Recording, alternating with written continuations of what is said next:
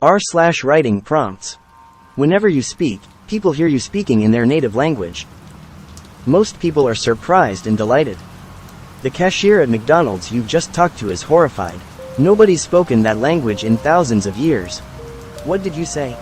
I paused, my card already jammed into the receptacle and deducting $5.29 from my bank account. What? The clerk stared at me, his green eyes narrowed. I drew half a step back almost unconsciously. I asked if I could have my drink cup. You guys keep making us wait and it's kind of annoying. The man stared at me, his lips pressed into a thin line. What are you doing? All right, the guy was clearly crazy. I tore my debit card free, shoving it back into the holder permanently resting in my pocket. I'm trying to get a Big Mac. What's your problem? Are you insane? He hissed, leaning forward across the counter. What are you doing? Greg, someone called from across the store? A manager, judging by the color of their uniform. Their voice was carefully cheerful. What's going on? Nothing. Just helping this gentleman out, Greg said, his face snapping back to carefully neutral as he smiled at me. A plastic cup was shoved into my hands, along with the paper slip of my receipt. Look, don't be an idiot, he said, his voice dropping low enough I had to lean in to hear him. I don't know what game you think you're playing, but you can't walk in here talking gibberish. Leave me alone. I stared at him, my mind racing, but the customers behind me were already pushing forward. I stepped back to join the others waiting for their food, my mind churning.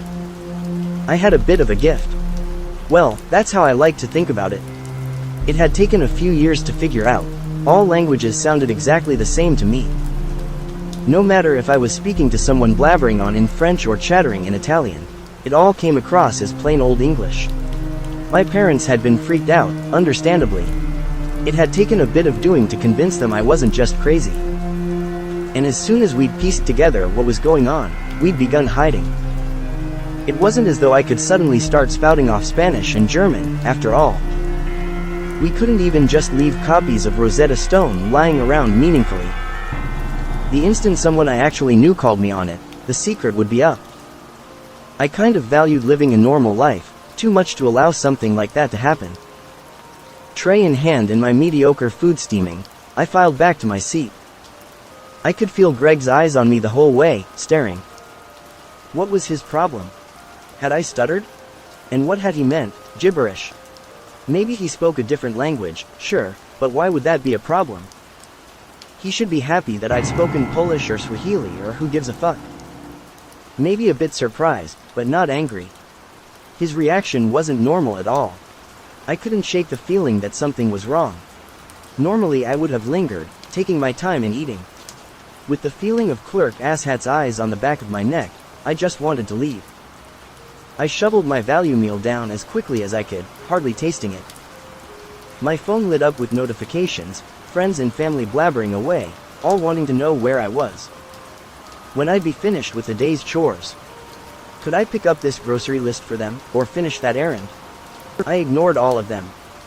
The wrapper crumpled instantly in my hand as I pushed myself upright, dumping the whole lot of it in the trash.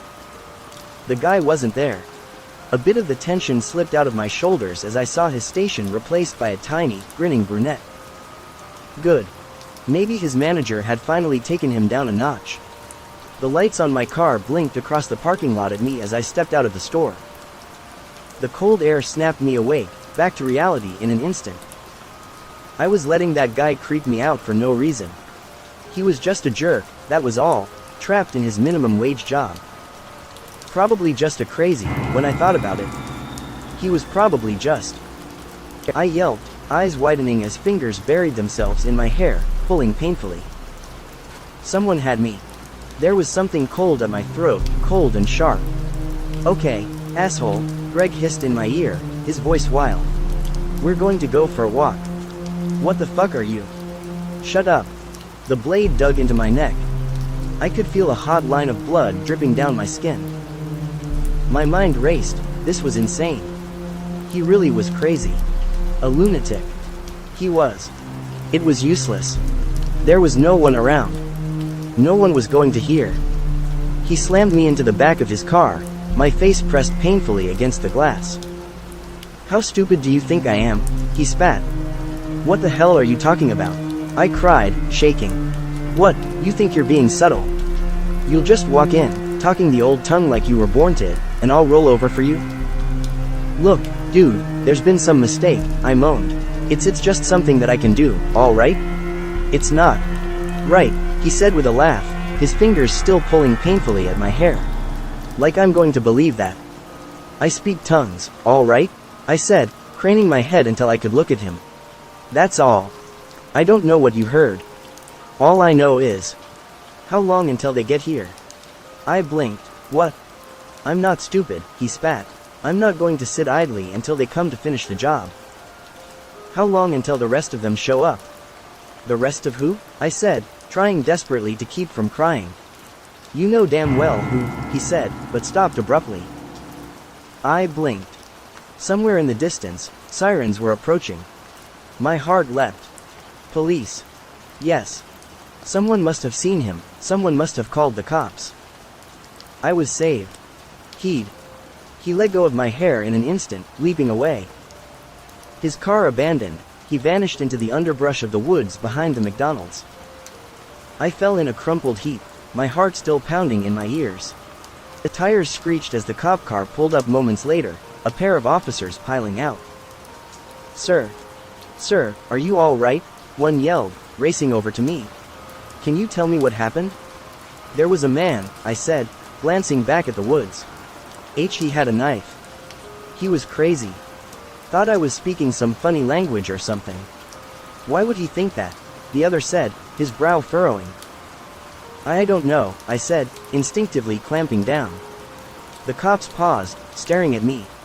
What, that's it, the first said. I'm sorry, I muttered, unable to meet their eyes.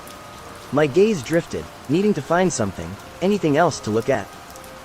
The flashing lights of their cars drew my eyes in, holding my gaze. I froze. Well, look. I'm sure this has been a traumatic event. Why don't you come back with us, and we'll talk about it? The second said, smiling blankly at me. One hand dropped to his belt. Neither of them was wearing a radio. There was nothing on his belt but a gun and a pair of handcuffs. The details of it stuck out like a lightning flash in my mind. I took a step back. Look, don't worry, all right, the first said, beaming at me. You're safe now, right? The insignia on their car was wrong. I'd lived in the town my entire life, and it was wrong. It didn't even have the right name on it. It just looked generic. I took another step back. The smiles were beginning to fade from their faces. Look, come on, the first said. Just take it easy, okay? We'll just go for a ride. His hand reached out, grabbing for my elbow. I skittered away before he could touch me, suddenly sure of two things.